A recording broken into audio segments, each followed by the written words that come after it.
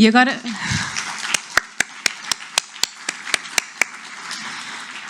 E agora gostava de vos apresentar a primeira convidada que temos hoje connosco.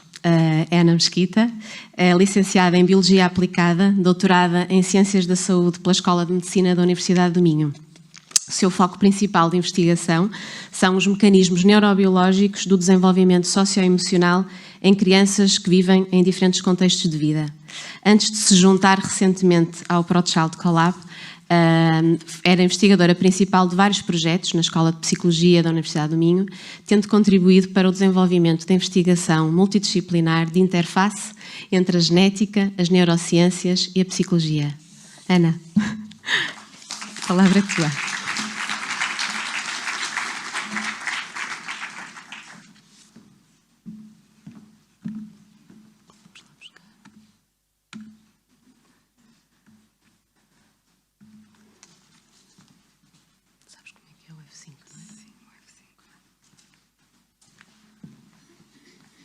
Acho que já está.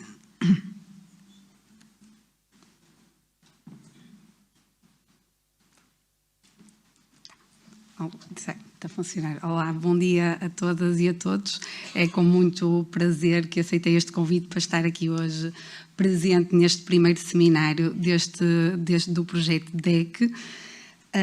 E tenho a tarefa de começar aqui com as primeiras comunicações. O desafio lançado pela organização do evento foi, de facto, trazer aqui uma primeira apresentação que desse resposta a estas questões mais neurobiológicas do desenvolvimento nos primeiros anos de vida. Então, a minha apresentação tem como principal intenção trazer alguma informação acerca dos substratos neurobiológicos que capacitam o bebê e a criança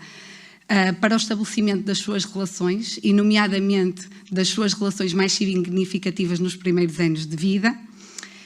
e porque o desenvolvimento da criança ocorre essencialmente nesta matriz relacional, com pessoas de referência, a qualidade destas relações é de facto determinante para o sucesso do seu desenvolvimento ao longo da vida, programando biologicamente o indivíduo. E é um bocadinho desta programação biológica e dos substratos subjacentes a esta programação, associados às relações que estabelecemos nos primeiros anos de vida, que eu vou tentar falar aqui hoje um pouco. E eu gostava de começar com esta perspectiva evolutiva, que eu sou bióloga, como a Raquel me apresentou, eu trago sempre um bocadinho este enquadramento desta perspectiva evolutiva das nossas relações, e nomeadamente das relações significativas que estabelecemos no início da vida. E usando aqui uma expressão de um geneticista do início do século XX, que dizia que nada na biologia faz sentido se não for à luz da evolução. De facto, eu gostava de deixar aqui os 4 princípios básicos que estão subjacentes ao processo evolutivo de todas as espécies, incluindo da nossa também. E estes princípios são, de facto, qualquer processo que leva à evolução da espécie pressupõe a manutenção da homeostasia dos indivíduos, do seu equilíbrio, o consumo e aquisição de energia, todo esse processo para que o indivíduo possa sobreviver, tem que permitir evitar o perigo e tem que permitir a reprodução para a manutenção da espécie. Então, utilizando este programa evolutivo, deve ser, ou é possível ser mantido pela ativação do que alguns autores chamam de sistemas motivacionais primários. O que é que isto significa? Significa que cada um de nós, cada indivíduo, tem uma apetência intrínseca para responder às pistas ambientais com que nos vamos deparando. E estes sistemas motivacionais primários é algo muito inato no próprio indivíduo. O que eu pretendo mostrar aqui com este slide é que, de facto, nós estamos capacitados, e quando digo nós desde o momento em que nascemos, para responder àquilo que o ambiente sinaliza. E essencialmente, nós podemos dividir aqui 2 aspectos cruciais de sinalização do ambiente. Quando o ambiente sinaliza prazer ou recompensa, o indivíduo está capacitado para responder com comportamentos de procura, envolvimento e aproximação. Por oposição, quando o ambiente sinaliza perigo, nós estamos apetrechados, digamos assim, para responder com comportamentos de evitamento, agressão e submissão. Na verdade, isto seriam aquilo que seriam os nossos sistemas primários de resposta ao ambiente, mas eles vão sendo, vai havendo um update feito a estes sistemas ao longo da vida, e isto tem muito que ver com as circunstâncias de vida que nós vamos encontrando ao longo do tempo, e nomeadamente com as relações que vamos estabelecendo com figuras de referência que nos permitem fazer atualizações deste sistema e entender melhor quando o ambiente sinaliza perigo ou quando o ambiente sinaliza recompensa. E, de facto, um autor muito importante e que provavelmente vocês vão, se calhar, ouvir falar aqui hoje também noutras apresentações, e que é o pai da teoria da vinculação, John Bowlby, também do início do século XX, foi o primeiro a considerar que o sistema de vinculação, esta necessidade intrínseca do indivíduo de estabelecer uma relação seletiva com uma figura de referência, faz parte destes nossos sistemas motivacionais intrínsecos. Ele dizia até, e isto mostra bem a importância, quer desta primeira relação, quer, como vamos ver, até de outras relações significativas que a criança é capaz de estabelecer nos primeiros anos de vida. Ele dizia que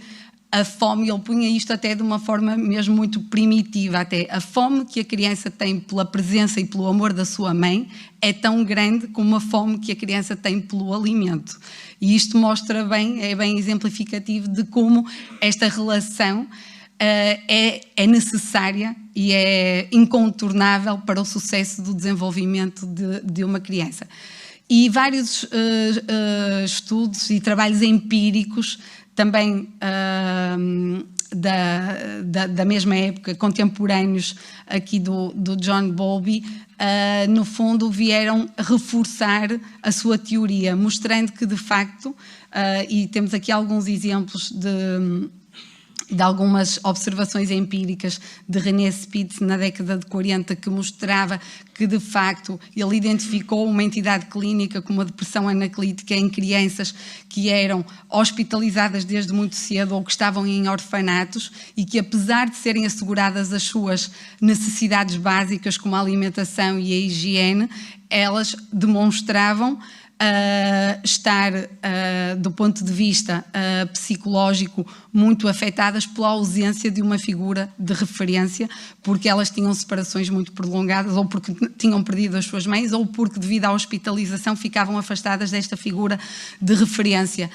E isto mostra bem de que não é só necessário satisfazer as necessidades básicas das crianças, é preciso esta ligação com esta figura de referência. E, de facto, isto é visível não só na espécie humana, mas também noutras espécies, e há estudos muito interessantes, por exemplo, com macacos, que mostram que a satisfação da fome é importante, mas a necessidade de contacto físico com uma mãe é tão importante como a satisfação da fome. E há alguns estudos que mostram que macaquinhos têm preferência por mães que não são capazes de alimentá-los, mas que são capazes de manter com eles o contacto físico e esta proximidade que é necessária. E então, no fundo, esta é a evidência que mostra o quão importante é o estabelecimento destas relações no início da vida, na vida de uma criança. Mas, de facto, não é só esta relação primordial que todos nós sabemos que é indispensável, até à sobrevivência do próprio indivíduo, mas nós devemos olhar para o estabelecimento destas relações no primeiro ano de vida como algo mais alargado. É muito, provavelmente todos vocês conhecem este provérbio africano muito bonito, não é? Que diz que para cuidar de uma criança é preciso uma aldeia, e, de facto, as relações significativas mais alargadas, para além desta relação primordial com a figura de referência, são muito importantes para um desenvolvimento ótimo da criança. E, do ponto de vista, até numa perspectiva antropológica, é muito interessante pensarmos que a transição para aquilo que nós somos hoje, em termos de espécie, Homo sapiens, dá-se exatamente quando o indivíduo percebe que a sua sobrevivência é muito mais facilitada quando nós passamos a incluir grupos sociais mais alargados e mais complexificados do ponto de vista da interação. E há aqui esta transição em termos evolutivos que se repercute numa questão muito importante, que é o aumento do volume do nosso cérebro. Uma das questões, ou um dos determinantes para o aumento do volume cerebral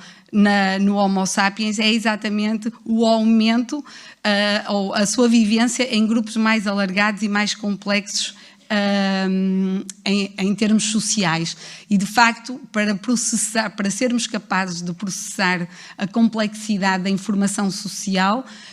o nosso cérebro teve que se adaptar e teve que criar aqui redes neuronais mais capazes de processar essa informação. Mas isto tem um custo, e esse custo é que este maior volume cerebral requer mais tempo de maturação.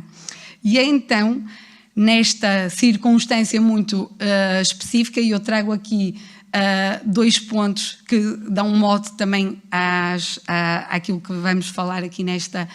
apresentação, é que a vida do ser humano inicia-se essencialmente com dois constrangimentos específicos. Um tem a ver com esta imaturidade do nosso cérebro quando nascemos. Isto não é necessariamente, eu coloquei como um constrangimento para dar conta de que é necessário prestar particularmente atenção a este ponto. E depois já vou falar do segundo ponto. E é esta questão do cérebro imaturo, como vocês podem ver aqui neste slide, pode ser um constrangimento, mas também pode ser uma oportunidade. E é aqui que nós podemos ter um particular desafio. Como vocês veem, a maioria dos processos que ocorre de desenvolvimento e maturação do nosso sistema, que passam quer pela criação de novos neurónios, que está aqui descrito como neurogênese, pela seleção específica de tipos de neurónios que vão estar em áreas específicas das várias regiões, a migração neuronal que se dá para áreas específicas, a mielinização e a diferenciação celular e a criação de sinapses, todos estes processos começam in utero e alguns deles começam a partir do primeiro mês após fecundação. Por isso, como podem ver, são tudo processos que já estão em curso muito antes de nós nascermos. Alguns deles terminam no nascimento, como, por exemplo, a migração de neurónios para áreas particulares, principalmente da área ventricular, e a seleção neuronal, mas muitos deles, como vocês podem ver aqui, tal como a neurogênese, a diferenciação e a mielinização e a formação de novas sinapses, continuam após o nascimento. E então isto mostra bem como é muito importante estarmos atentos ao facto de muitos destes processos estarem ainda em curso quando o bebê nasce e quando começa a estabelecer as suas primeiras relações. Outro aspecto muito importante que está aqui plasmado neste gráfico é são estas duas apetências e esta particularidade, que é quando nós nascemos, e aqui temos o eixo em baixo, são os anos ao longo da nossa vida. Quando nós nascemos, o que é que acontece? A nossa capacidade para o nosso cérebro mudar em resposta às nossas experiências é máxima. Nós estamos preparados para responder a tudo o que é a experiência. E o esforço para que essa mudança ocorra é mínimo. Somos tão bons a responder, a essa experiência que isso custa muito pouco a um cérebro de uma criança. E depois há uma transição, infelizmente, eu já passei também este momento transitório crítico, que é quando o esforço para aprender é muito maior do que a nossa capacidade de mudar em resposta às experiências. E, de facto, ali pelo início da terceira década de vida, há aqui uma inversão destas duas forças, mas continua a haver capacidade para mudança, apesar de que o esforço é maior, um bocadinho. Mas vocês veem que isto é particularmente verdade aqui nestes primeiros, até ao 4º ano de vida, esta capacidade de mudar é máxima. Então temos aqui uma janela de oportunidade para que o desenvolvimento possa ser potencializado exatamente aqui nestas janelas temporais. E dizia eu que nós começamos com dois constrangimentos. Um tem a ver com esta imaturidade cerebral e outro, que pode também ser visto como um constrangimento ou como uma oportunidade, mas é esta necessidade de uma proximidade, e essa proximidade é uma proximidade física, de ligação com cuidadores preferenciais, seletivos e de referência. E vocês vão me dizer exatamente que se calhar no primeiro ano de vida ou nos primeiros meses de vida isso acontece muito com aquele que vai ser o nosso cuidador primordial, que na maioria dos casos será a mãe e o pai e a família, mas depois esta nossa, como nós víamos ali, a nossa rede social vai alargando e as relações que estabelecemos ao longo dos primeiros anos de vida não são só com a mãe e com o pai, mas vão alargando. E nesta necessidade de proximidade física, o que nós sabemos hoje é que há o estabelecimento daquilo que nós designamos de uma sincronia biocomportamental, e nós vamos falar de alguns aspectos desta sincronia que tem a ver exatamente com uma dança que é estabelecida entre cuidador e criança, de necessidade e de resposta a essa necessidade, que é feito não só através do comportamento, e vocês sabem que com um bebê normalmente é muito necessário o estabelecimento de um contacto ocular, a demonstração de afeto positivo, de vocalizações afetuosas e toque afetivo, e isso é determinado por uma panóplia de comportamentos que os cuidadores quase que automaticamente têm definido e estabelecem com o bebê, mas subjacente a estes comportamentos está também aquilo que está aqui incorporado nesta parte bio, que são todo um conjunto de substratos neurobiológicos que determinam o estabelecimento dessa sincronia comportamental também. Alguns aspectos importantes também da função, no fundo, que tem o estabelecimento deste vínculo, é que de facto ele permite ser encarado como uma base segura para a exploração do mundo, pressupõe que seja levado a cabo por cuidadores sensíveis, e ser sensível pode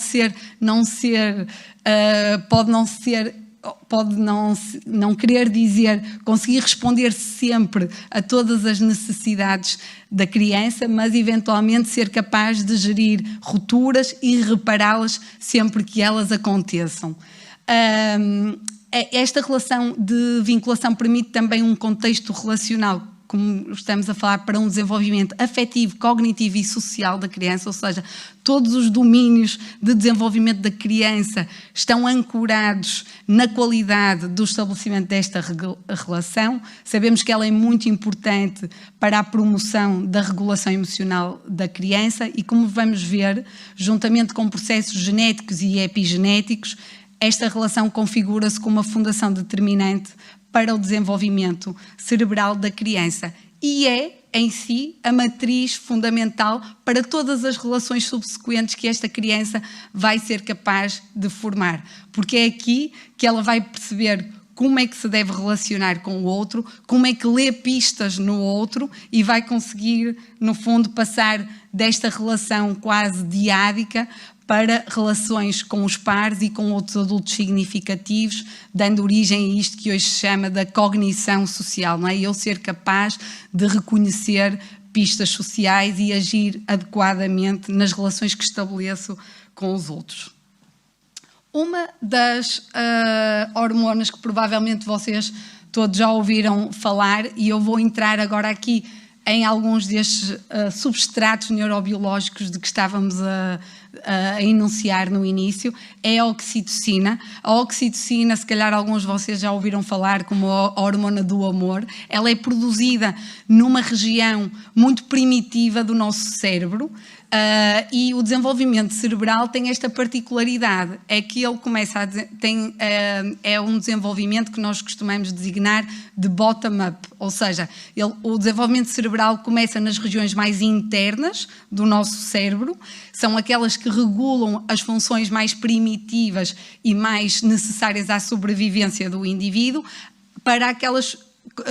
funções mais superiores e que estão mais na parte superficial, digamos assim, se olharmos para o cérebro do interior para o exterior, na parte mais superficial. E então, se nós olharmos bem para o que cada uma das áreas do nosso cérebro tem para as funções que cada uma das áreas tem, é muito interessante perceber que aquilo que é relevante para a sobrevivência do indivíduo está assegurado pelas regiões mais internas do nosso cérebro, por aquilo que está mais protegido do nosso cérebro, mas também é aquilo que é mais primitivo no desenvolvimento ontológico, ou seja, que já está presente noutros animais menos desenvolvidos que nós. E então a oxitocina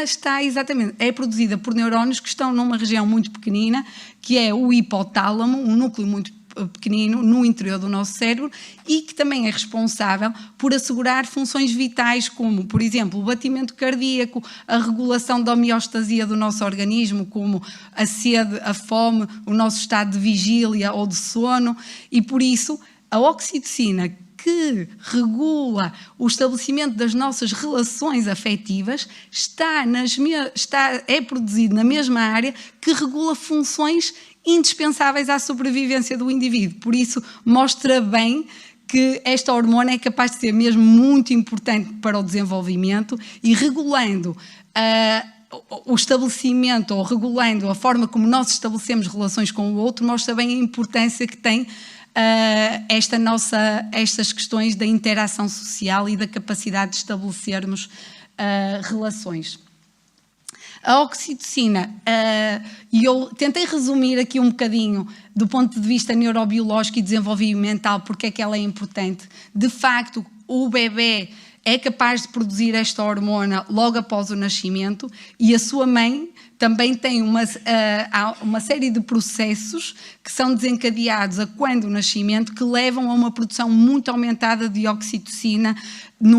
antes do nascimento e logo após o nascimento. E, de facto, esta hormona direciona o bebê para uma preferência seletiva a estímulos sociais que permitem o estabelecimento do vínculo e, por isso, ele fica particularmente sensível às vocalizações afetuosas, ao toque afetivo da mãe, às questões que têm a ver com a amamentação, por exemplo.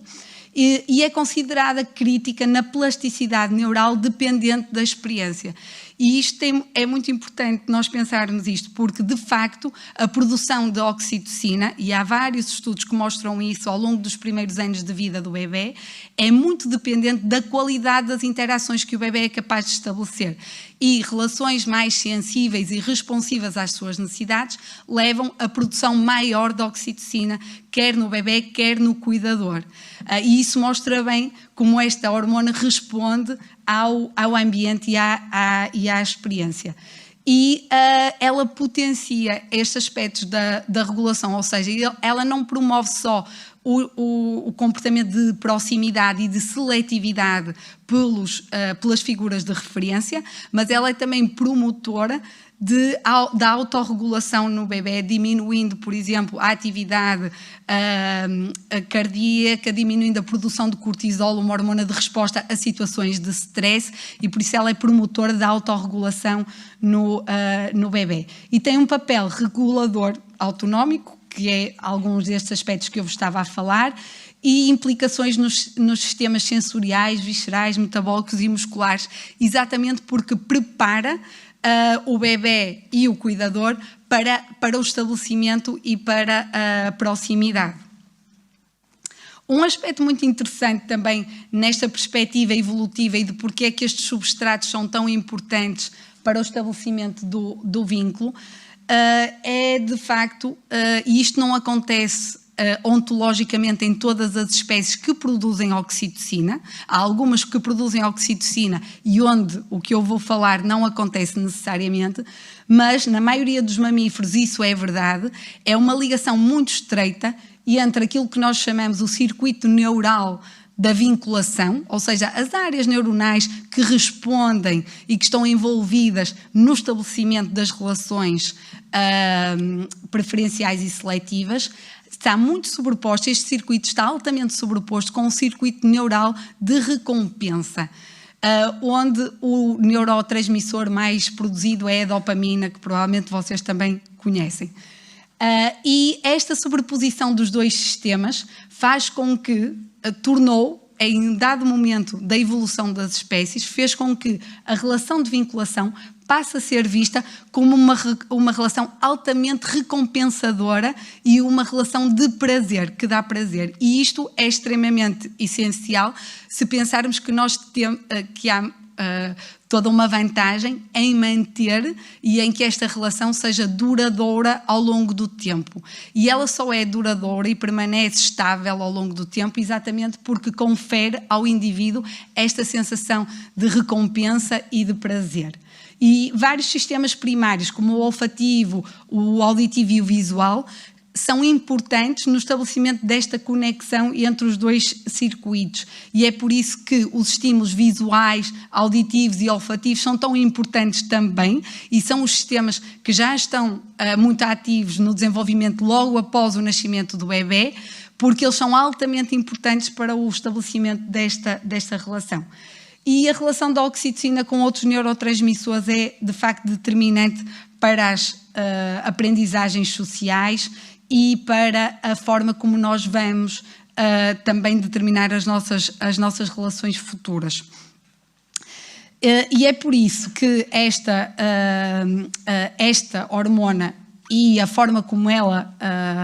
funciona no nosso cérebro é tão determinante para o desenvolvimento. E um aspecto fundamental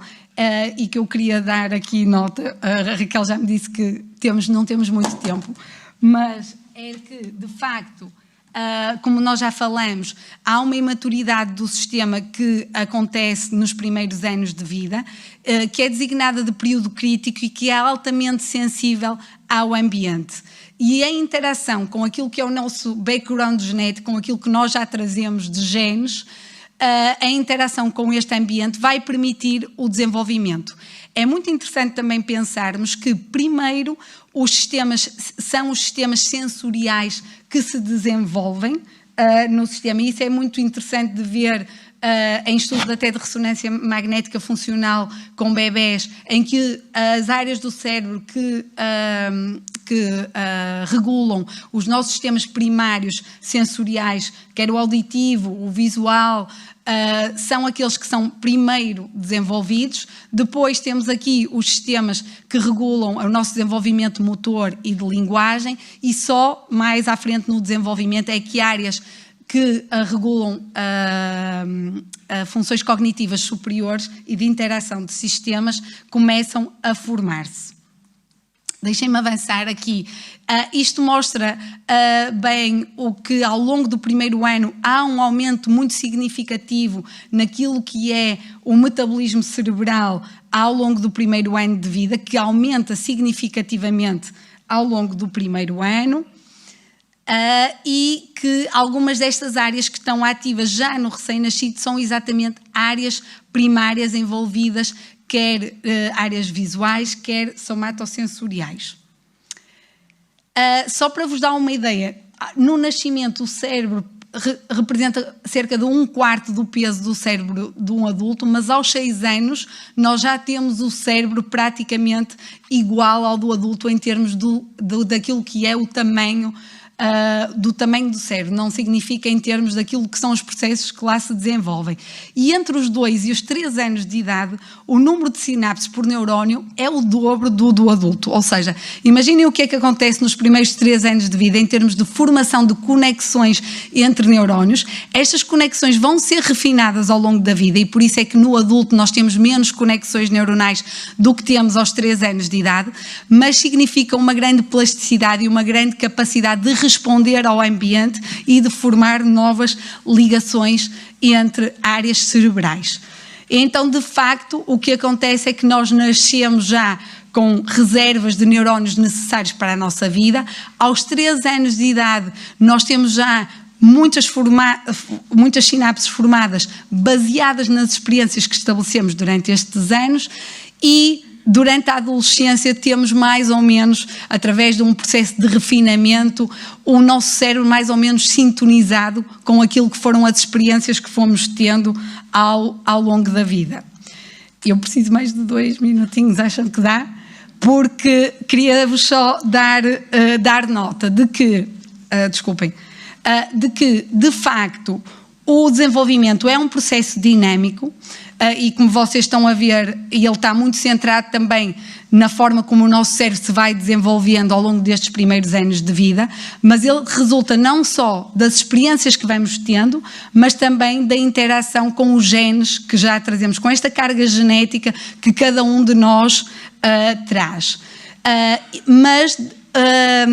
O que nós sabemos hoje é que este material genético que nós trazemos não é imutável ou não é insensível, digamos assim, ao ambiente que nós experienciamos. E os mecanismos, há um mecanismo biológico-chave que sustenta, no fundo, a incorporação biológica e a programação do desenvolvimento através da experiência. E este mecanismo é um mecanismo designado de epigenética, e que eu gostava de vos dar aqui só 4 notas muito básicas, que depois vamos ter a oportunidade, provavelmente, na mesa redonda de explicar. É que, ao contrário daquilo que pensávamos há cerca de 20 anos atrás, os genes são de facto sensíveis ao ambiente e a forma como são expressos pode mudar dependendo das experiências que temos, e por isso é que pessoas, por exemplo, gêmeos, com a mesma informação genética, podem ter formas distintas e fenótipos comportamentais distintos dependendo das experiências a que são, que experienciam, não é? Que são sujeitos. Que de facto os genes herdados dos nossos pais biológicos fornecem-nos algumas informações que orientam o nosso desenvolvimento, mas depois há aqui uma margem que o ambiente tem para ativar ou não ativar alguns destes genes, e que depois são de facto as experiências que vão deixar a sua marca e alterar a forma como esses genes são expressos. E a forma como esses genes são expressos é a forma como nós reagimos ao mundo e é visível através daquilo do que são os nossos comportamentos. E há uma coisa que é importante nós termos aqui em mente, é que aquilo que nós experienciamos pode ser positivo e levar a outcomes desenvolvimentais positivos, mas pode ser também particularmente negativo e adverso ao desenvolvimento. E aí o que nós temos é um impacto negativo significativo na forma como esses genes são expressos e na forma como o indivíduo é capaz de responder ao ambiente. Pronto, e então deixava-vos só aqui conceitos-chave muito para finalizar, que de facto já percebemos que há aqui uma janela temporal de desenvolvimento que é influenciada pela combinação de fatores genéticos e ambientais, que a plasticidade cerebral é máxima nos primeiros anos de vida e que o ambiente em que a criança desenvolve afeta diretamente vários processos neurobiológicos. E isso é para o bem, não é? E para o mal, funciona nos dois sentidos. Por isso é muito importante que nós tenhamos relacionamentos com cuidadores sensíveis nos primeiros anos de vida, que isso tem um impacto muito significativo e que, por oposição, experiências daquilo que nós designamos como stress tóxico ou experiências adversas nos primeiros anos de vida têm um impacto negativo muito significativo na forma como estes substratos neurobiológicos passam a funcionar e a ser expressos no nosso organismo, e isso tem impacto na saúde física e mental do indivíduo e tem este efeito programador, ou seja, que vai permanecer ao longo da vida do indivíduo. E por isso, quanto melhor forem as nossas experiências, as nossas relações nos primeiros anos de vida, melhor funcionarão estes substratos neurobiológicos e mais adaptativo será o desenvolvimento do indivíduo. Pronto, deixo aqui muito obrigada. Alguma questão? É assim,